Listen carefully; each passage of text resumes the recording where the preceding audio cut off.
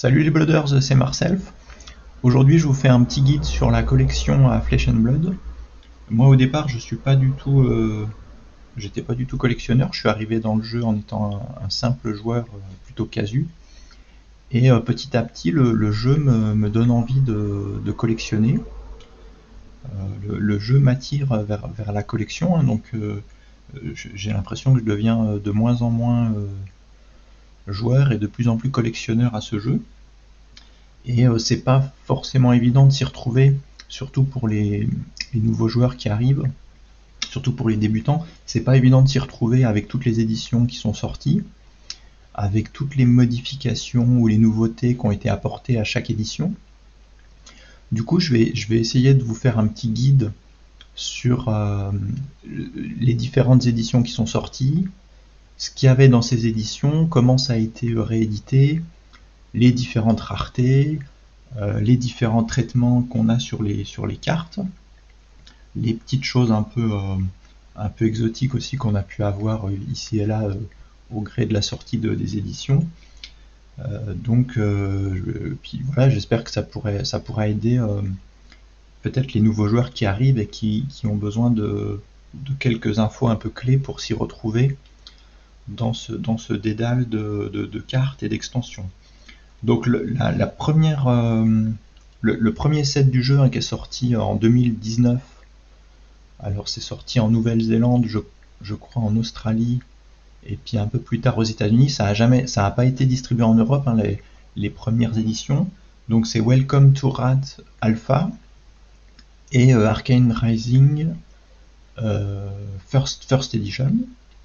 Donc moi je peux pas vous montrer grand chose parce que j'ai pas beaucoup de cartes de ces éditions, hein. J'étais pas encore dans le jeu à ce moment-là. Et puis en Europe et en France particulièrement, il n'y a pas beaucoup de gens qui ont des cartes de ces éditions-là. Donc moi j'en ai qu'une seule, c'est les Refraction Bolters que je me suis acheté, hein, sur Card Market en cold foil. Du coup c'est une carte de Welcome to Wrath, Alpha. Et alors la particularité de ces deux sets, hein, donc Welcome to Wrath Alpha et Arcane First, c'est d'avoir été tiré à très peu d'exemplaires. Je crois qu'il y a dans les 17 000 displays de chaque édition qui sont sortis. Du coup c'est très difficile d'en trouver, hein, c'est très difficile d'en avoir, surtout en Europe vu que c'est pas sorti en Europe. Je vais essayer de vous montrer la carte un peu mieux. Donc la particularité de ce set, c'est que à cette époque-là, vous n'aviez pas de symbole de rareté. Je vais essayer de vous montrer ça. Donc vous avez un petit C, parce que c'est une commune, la Refraction Bolter. Vous avez un petit C à la place de ce que nous on connaît maintenant comme symbole de rareté. Donc voilà, ça permet d'identifier ces cartes facilement. Et puis alors, je trouve que si j'arrive à vous montrer un peu ça, je trouve que le cold foil sur ces premières éditions là, il est un peu différent de ce qu'on connaît maintenant. Il est très flashy, très brillant. Aujourd'hui c'est beaucoup plus nuancé, beaucoup plus subtil. Ouais, je sais pas si j'arrive à bien vous montrer. Et du coup voilà, si vous arrivez à trouver ces éditions là en Europe, hein, c'est vraiment super rare. Donc moi j'ai qu'une commune, mais ça, je l'ai acheté 300 € sur Card Market, puis je pense que ça vaut peut-être un peu plus maintenant. Je vous dis pas le prix des légendaires. Donc l'idée c'est que dans cette édition là, on trouvait les équipements en version cold foil et on trouvait la fable de chaque set, hein. Donc pour Welcome to Wrath, c'est c'est le Heart of Fiendal, le cœur de Fiendal, pardon. Donc on le trouvait en cold foil dans cette première édition. L'Eye of Ophidia pour Arcane, on le trouvait aussi en cold foil, et on avait les équipements cold foil.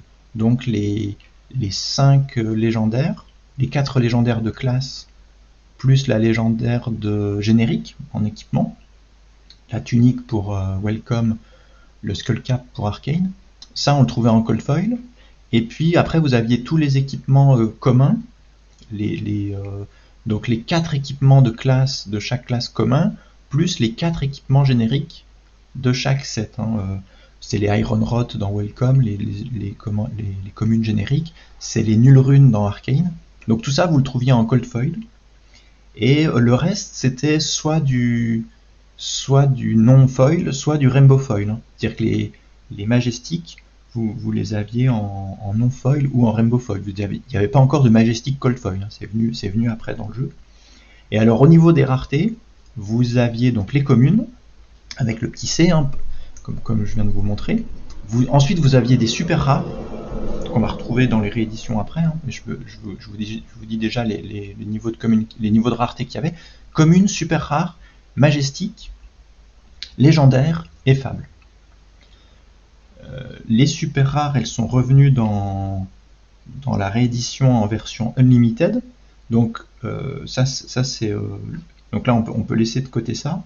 Donc c'est sorti en très peu d'exemplaires, pas en Europe, en 2019 et début 2020 je crois. Et ensuite en novembre 2020, on a les premières éditions, toujours en anglais, qui sont sorties en Europe, qui sont sorties en France. On a pu mettre la main dessus en France grâce à la boutique Ludiworld. Donc petit clin d'œil à Ludo, c'est grâce à lui si il a pu y avoir une première communauté qui s'est montée en France. Donc ça c'est sorti en novembre 2020. En même temps, Welcome to Rat Unlimited et Arcane Rising Unlimited. Donc c'est des rééditions des premiers sets qui n'étaient pas sortis en Europe. La seule différence, la seule différence, c'est que à la place du petit C, vous avez des symboles de rareté. Donc si je vous montre le Mask of Momentum, la légendaire ninja, je vais essayer de vous la montrer comme il faut. Vous avez un petit L orange plein, enfin un petit rond orange avec un L blanc dedans pour montrer le symbole de rareté. Et donc ces équipements sont en Rainbow Foil. Voilà, c'est ceux que vous connaissez, que vous avez l'habitude de croiser, je pense. Donc ça, c'est la version Unlimited, c'est sorti en beaucoup plus, avec un tirage beaucoup plus important. Donc les cartes sont beaucoup moins rares, beaucoup moins chères que la version First. Et donc vous avez le Heart of Fyendal Unlim, que tout le monde connaît. Et donc vous avez le niveau de rareté, comme je vous disais, vous avez le niveau de rareté super rare, qui n'est pas resté longtemps dans le jeu, donc c'est pour ça que je vous le montre. Donc vous aviez un petit S, vous avez un rond violet et un S pour super rare. Donc des super rares, il y en a eu dans Welcome to Rat et dans Arcane Rising. Après c'est fini, après les super rares sont fusionnés avec les majestiques, avec les M. Donc c'est pour ça que je voulais vous montrer ça. Et puis donc la légendaire du set, c'est le Skullcap, la légendaire générique, vous la connaissez, je n'ai pas besoin de vous la montrer en détail. Par contre, je veux juste vous montrer l'Eye of Ophidia, la fable donc Arcane Rising Unlimited. En fait, ce qui s'est passé, c'est que sur cette fable, il y a eu un misprint. Ils ont oublié le symbole de rareté. Normalement, vous devriez avoir un petit losange. Je bouge un peu, je ne sais pas si on voit bien. Et là, vous avez un petit point. Je vais quand même vous montrer le Heart of Fyendal pour comparer.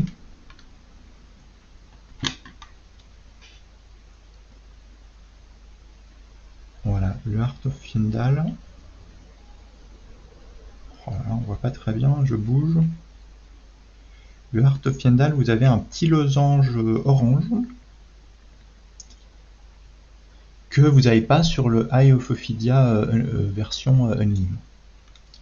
ce qui est un peu étonnant, hein. C'est un misprint qu'ils n'ont pas corrigé, ils ont laissé tous les Eye of Ophidia Unlim sont comme ça. Et on verra tout à l'heure que ça a été corrigé, mais seulement pour les nouvelles fables là qui sont sorties, qui ont été rééditées dans History Pack. Donc ça, c'est en novembre 2020, il y a ça qui est sorti en Europe, hein. Et puis en même temps, il y a Crucible First Edition qui est sorti en Europe. Je crois que c'est la deuxième vague de Crucible First Edition qui est sortie en Europe en novembre 2020, si je dis pas de bêtises, sachant que c'était sorti un petit peu avant dans les autres zones. Donc Crucible First Edition, c'est le premier set qu'on appelle supplemental, c'est-à-dire qui complète en fait, qui est pour le construit. C'est un set qui est pas conçu pour être joué en limité. Ça vient compléter, rajouter des cartes dans les formats construits pour les classes du jeu. Donc forcément, à cette époque-là, des classes dans le jeu, il n'y en avait que 8, les 4 de Welcome et les 4 de Arcane. Et du coup, Crucible First Edition rajoute de nouvelles cartes et réédite une carte qui est la tunique de Fiendal. Vous aviez donc la légendaire générique de Welcome, c'était la tunique, donc qui était disponible en Cold Foil dans Welcome to Rat Alpha, en Rainbow Foil dans Welcome to Rat Unlim, et là elle a été rééditée en non-foil dans Crucible First Edition. Le principe de Legend Story Studios, c'est de rééditer les cartes, mais à chaque fois avec un traitement moins classe, quoi, moins funky. Comme ça permet de garder la valeur des anciennes cartes. Donc la tunique, je peux vous la montrer du coup. La tunique First Edition qui est sortie dans Crucible First. Donc là vous avez toujours le L avec le L plein, le L orange plein, et vous avez une tunique qui n'est pas foil. Moi c'est la tunique que j'avais ouvert, hein, dans mon carton de Crucible First, donc c'est la tunique avec laquelle je joue. Qui est un peu plus rare que la tunique Welcome to Rat Unlim, parce que Crucible First est sorti en beaucoup moins. Le print run de Crucible First est beaucoup plus faible que celui des versions Unlim des premiers sets. Du coup, même si elle est non foil, elle est un peu plus rare. Et donc dans Crucible First, vous aviez, comme dans Welcome to Rat Alpha et Arcane Rising First, vous aviez les équipements avec le traitement cold foil, hein, évidemment. Comme dans toutes les First Edition, vous avez, donc là c'est une Majestic, c'est les jambes ninja Majestic, et vous avez le traitement cold foil. Alors là on voit rien. Je la trouve vraiment très belle cette carte là, les Breeze Rider Boots en cold foil. Tous les tons un peu pâles, un peu froids, je trouve que ça passe très très bien en cold foil. Le cold foil, dans certains, quand vous le voyez à certains angles, c'est très sombre. Et puis quand vous mettez de la lumière dessus, ça devient très brillant. Bon, c'est peut-être pas forcément le meilleur setup, hein, que j'ai là pour montrer ça, mais vous avez l'idée. Donc là on est encore sur du cold foil un peu presque un peu grossier, je trouve, par rapport à ce qu'on a dans les derniers sets où c'est très précis, très nuancé. Mais c'est le genre de carte, voilà, qui est vraiment classe et puis qui fait partie de l'histoire du jeu. Donc Crucible First, c'est sorti donc en Europe, mais en version assez limitée, hein. Il n'y avait pas beaucoup d'offres disponibles. Ça a vite été en rupture. Et du coup, il y a Crucible Unlim qui est sorti un peu après. Mais avant Crucible Unlimited, il y a un set qui est sorti qui s'appelle Monarch, qui est sorti, donc qui est le premier set qui est sorti en First Edition en Europe, ce qui explique aussi l'engouement qu'il y a eu pour ce set. Donc là, on est sur un set comparable aux deux premiers sets, même si le print run est beaucoup plus élevé. 125 000 displays, si je dis pas de bêtises, pour tout le monde. Donc la fable de Monarch, c'est la librairie, donc qui est disponible en cold foil dans Monarch First Edition. Je peux essayer de vous la montrer rapidement.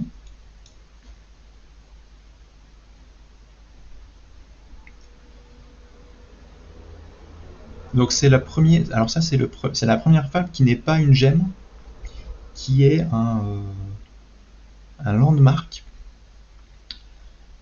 Donc un landmark, je sais pas comment on pourrait traduire ça, un lieu. Donc c'est la nouveauté du set, c'est le fait d'avoir une fable qui n'est pas une gemme.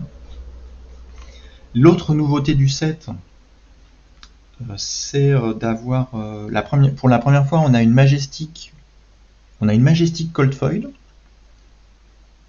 Enfin, on a des Majestic Cold Foil, parce qu'en fait on a des armes.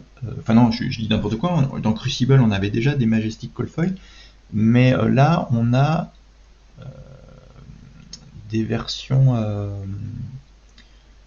En fait, la Galaxy Black, c'est au départ dans le set c'est un jeton, et vous avez une version cold foil de cette carte qui est en rareté majestique, et qui est la version cold foil d'un jeton, donc une carte qui vaut rien du tout, qui est gratuite. Et ben là vous l'avez en cold foil en rareté majestique. Donc c'est vraiment un truc de pimper, ça. C'est un jeton super rare, qui en plus pour une carte qui a jamais vraiment vu beaucoup de jeux. Mais c'est une des nouveautés du set, puisque vous aviez des Majestic, alors ça j'en ai pas, vous aviez des Majestic Extended Art. En fait c'est juste la text box qui est transparente, qui a un peu de transparence, et puis donc des Majestic Rainbow Foil Extended Art. Vous en aviez je crois 3. Et puis pour la classe Shadow Runeblade, vous n'aviez pas de Majestic Rainbow Foil Extended Art, vous aviez ça, c'est-à-dire une arme cold foil qui est un jeton au départ, quoi. Donc ça c'était une nouveauté dans Monarch, le fait qu'il y ait ça. L'autre nouveauté, c'était le fait qu'on ait des légendaires qui soient pas des équipements. On a eu 2 légendaires qui sont des cartes qu'on met dans son deck. C'est un instant, ça. Eclipse pour Chain, spécialisation de Chain qu'on met dans son deck, et qui est une légendaire. Donc c'est la première fois qu'on a une légendaire, donc Cold Foil en First Edition, qu'on met dans son deck, qui n'est pas un équipement. Et puis voilà, vous avez par exemple les Footsteps, qui est je trouve une des plus belles cartes du jeu, en cold foil dans Monarch First Edition, avec toujours la même chose pour les L. Donc j'ai pas oublié de vous dire que les super rares ont disparu à partir de Crucible. Donc dans Monarch il n'y a plus de super rares. Puis après Monarch il n'y en aura plus jamais, je pense. Donc voilà pour Monarch First Edition, qui est sorti, si je dis pas de bêtises, en mai 2021. Ensuite, un peu après, on a eu Crucible Unlim, qui est sorti, je crois, dans l'été 2021. Donc Crucible Unlim, c'est pareil, c'est comme toutes les éditions Unlim, ça réédite la first en remplaçant les cold foil par des rainbow foil. Et puis c'est tout. Donc là, par exemple, moi j'avais pas eu toutes les cartes de Crucible First, hein, évidemment, parce que c'était pas évident, hein, de mettre la main dessus. Donc là, moi j'ai réussi à avoir Shyana Rainbow Foil dans Crucible Unlim. Et donc la petite nouveauté par rapport à cette réédition, c'est que comme la First avait donc des symboles de rareté avec des petits ronds pleins, et ben là ils ont mis en place ce nouveau système où vous avez le symbole de rareté qui vous avez juste le contour, le petit rond orange, vous voyez que il est pas plein. Vous avez juste le contour qui est coloré et le petit L à l'intérieur. Donc ça c'est le système qu'ils ont utilisé pour toutes les éditions Unlim après après Monarch, hein, à partir de la réédition de Crucible, et pour les sets qui allaient être réédités en Unlim après Crucible. Donc Monarch et Tales of Aria. Et puis alors oui, je voulais pas montrer, mais vous avez le Shard. Le Shard, c'est la fable de Crucible, hein, c'est le 3e gemme. Après le Heart of Fyendal, l'Eye of Ophidia, vous avez le Arknight Shard, pardon, qui est la première fable qui a une spécialisation, spécialisation de Viscerail. Et donc du coup, vous avez bien, comme ça c'est une version Unlim, Rainbow Foil, vous avez bien le petit losange qui est, je sais pas si on voit bien là, qui est un peu creux. Enfin qui est, voilà, que vous avez le contour du petit losange. Même si c'est une Rainbow Foil, c'est quand même une carte magnifique celle-là. Et alors Crucible Unlim, pour la petite histoire, c'est le premier set, je crois, qui a été qu'ils ont commencé à imprimer au Japon. Donc avant c'était tout du Made in Belgium, hein, à Cartamundi ils faisaient tout en Belgique. Et là pour Crucible Unlim, c'est du japonais. Les cartes sont un peu différentes, je trouve, un peu plus rigides, un peu plus sombres que leurs équivalentes faites en Belgique. Et les bords, je trouve, sont un peu différents. La qualité des cartes est un petit peu différente pour les sets qui ont été imprimés au Japon.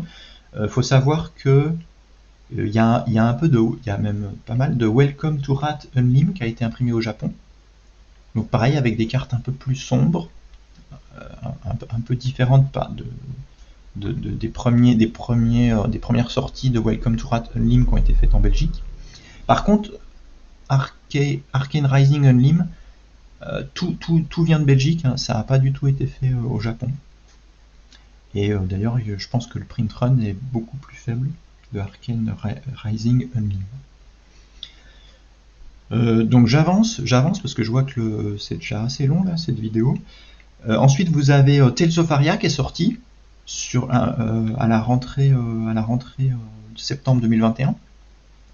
Donc en reprenant le même modèle, hein, que Monarch, hein, d'abord en First, ensuite en Unlim. Donc la fable c'est Korsheim, c'est le 2e landmark. Donc en cold foil dans la First Edition. Les nouveautés introduites par ce set en termes de collection, vous avez pour la première fois une Majestic qui a une version enfin non, du coup c'est pas vraiment la première fois parce que la Galaxy Black c'était déjà un peu le cas, mais vous avez une Majestic, le Channel Lake Frigid, qui a une version alternative de son illustration et qui est disponible que en Rainbow Foil. Donc ça fait partie, voilà, des petites subtilités des sets. Je trouve la carte vraiment magnifique. Donc Majestic Rainbow Foil avec une illustration alternative par rapport par rapport à l'autre illustration hein, qu'on trouve dans le set qui est moins travaillée, quoi, qui est moins jolie. Mais carte magnifique et carte rare, même si c'est pas une cold foil, je trouve que la carte est vraiment en classe. Mais du coup, oui, en fait, la Galaxy Black, on pourrait dire que la Galaxy Black, c'est la première alternate art, et le Channel Lake Frigid, c'est la deuxième, si je dis pas de bêtises. Et puis alors, l'autre nouveauté du set, c'est des Majestic Cold Foil, qui sont pas des équipements, donc qui vont dans votre deck, c'est les Pulse. Donc vous avez des Majestic que vous mettez dans votre deck, un peu comme les Eclipse, un peu comme la légendaire là, de Monarch, sauf que ça c'est pas une légendaire, c'est une Majestic qui a un traitement cold foil, hein. Donc vous l'avez en non foil aussi dans le set, mais là vous voyez qu'il y a des petits reflets là sur le dessin. C'est pas que la trame hein, qui est cold foil, c'est aussi le dessin. Et donc vous mettez ça dans votre deck et vous pouvez jouer avec la version cold foil si vous êtes vraiment un pimper. Et alors si on regarde par exemple un équipement légendaire de ce set, de Tales of Aria First, là on va voir que le traitement cold foil, il est devenu très très fin, très très précis, très très nuancé. C'est plus du tout le cold foil des premiers sets, je trouve. C'est beaucoup plus fin, le New Horizon, je le trouve vraiment magnifique.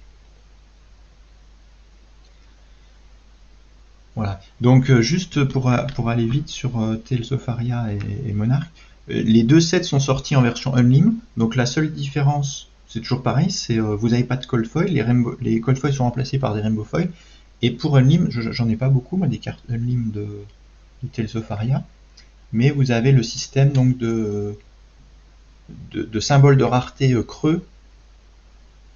Voilà, vous n'avez que le contour qui a été repris. Moi j'en ai pas beaucoup parce que j'ai fait juste quelques drafts en version Unlim de Tales of Aria. Donc j'ai pas beaucoup de cartes des éditions Unlim de ces deux sets là.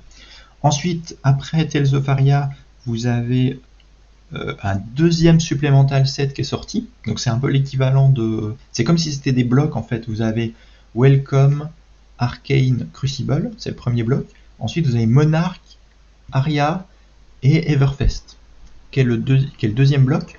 Et donc Everfest, c'est le supplémental de Monarch et de Tales of Aria. Donc ça vient rajouter des cartes pour toutes les classes, mais c'est un set qui est uniquement fait pour le jeu construit, pour apporter des cartes au format construit.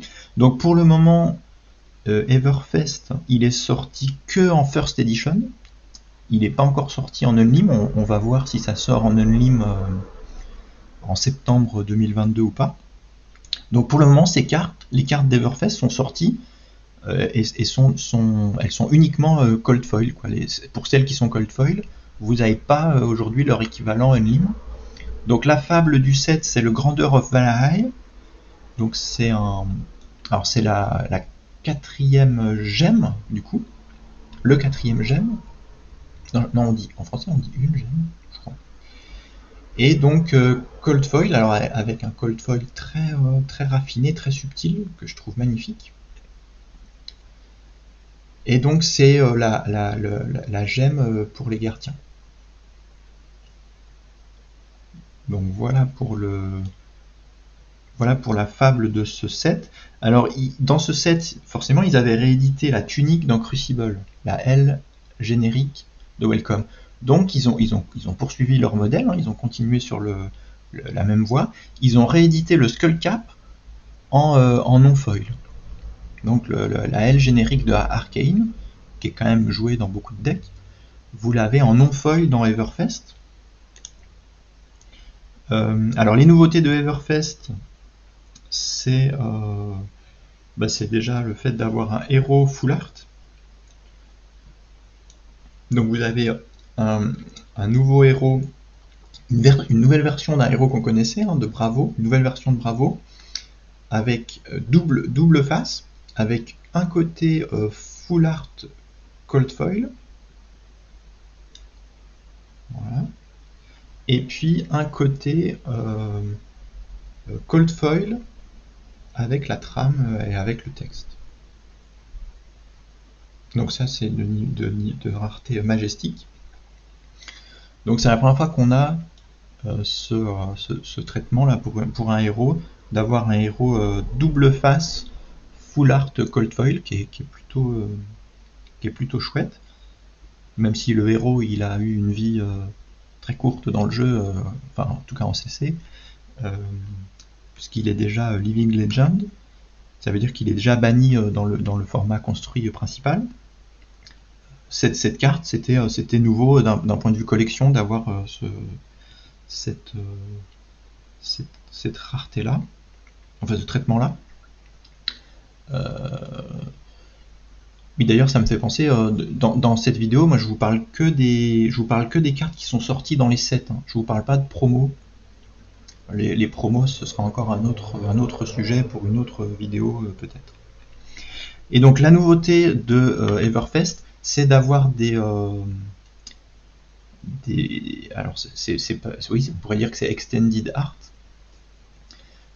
mais c'est d'avoir des équipements dont la textbox a été réduite.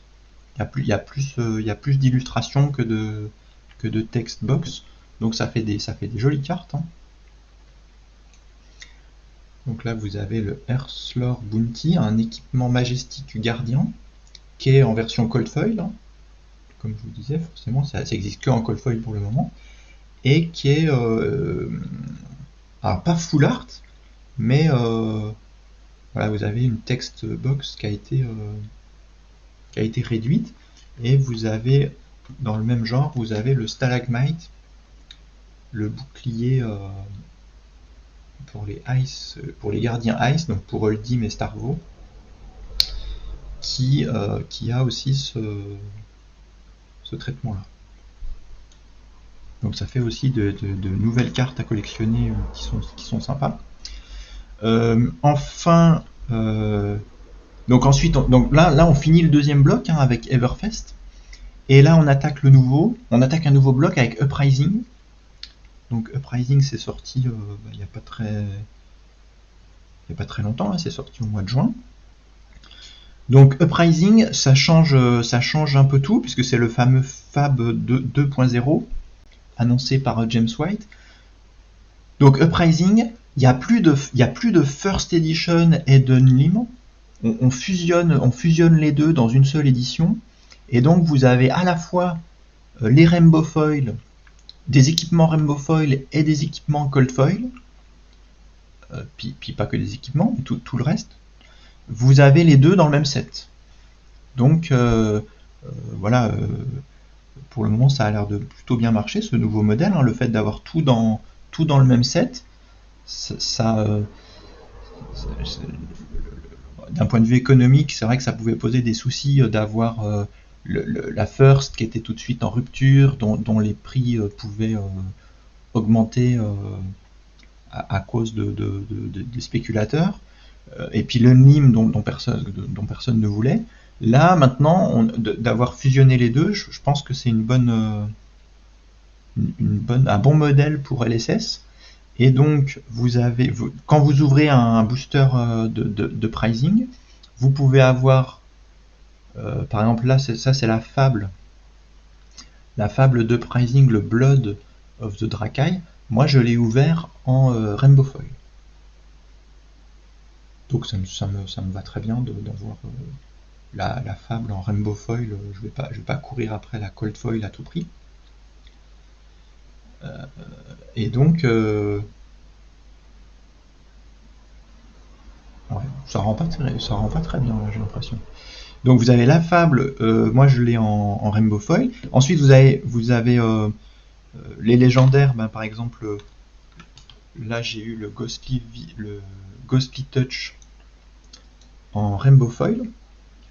Bon, c'est pas la plus belle carte du jeu, Mais vous avez des légendaires disponibles en Rainbow Foil, et puis vous avez des légendaires disponibles enfin, que vous pouvez ouvrir en Cold Foil, comme la Crown of Providence. Voilà, on voit pas très bien, mais je trouve le détail du Cold Foil est vraiment bien réussi. Là, vous avez même les petites lampes dans l'arrière-plan là qui brillent un peu en Cold Foil. C'est vraiment magnifique ce qu'ils font maintenant au niveau du Cold Foil. Moi, je suis devenu complètement dingue de ces cartes, alors que je suis pas du tout un collectionneur au départ, comme je vous disais. Donc voilà pour Uprising. Alors Uprising, si, il y a quand même une autre nouveauté, c'est la rareté Marvel. C'est une nouvelle rareté qui est apparue dans Uprising. Donc c'est les dragons full art. Alors j'en ai pas gardé des dragons full art parce que ça m'intéressait pas spécialement les dragons. Mais je peux vous montrer une Marvel parce que il y a des Marvel qui sont sortis, dans History Pack Black Label. Donc je vais pouvoir vous en montrer une. Mais Marvel, c'est une rareté un peu entre légendaire et fable en termes de rareté, en termes de fréquence dans les boosters. Et puis du coup c'est un traitement, c'est du cold foil full art pour le moment. Enfin pour le moment les Marvel, je pense qu'elles sont... Non, elles sont pas toutes double face. Ouais, je sais pas en fait, faudrait vérifier. Mais les Marvel, ça va être du cold foil et ça va être un traitement plutôt full art des cartes puis cold foil. Donc après Uprising, ils ont sorti History Pack Black Label.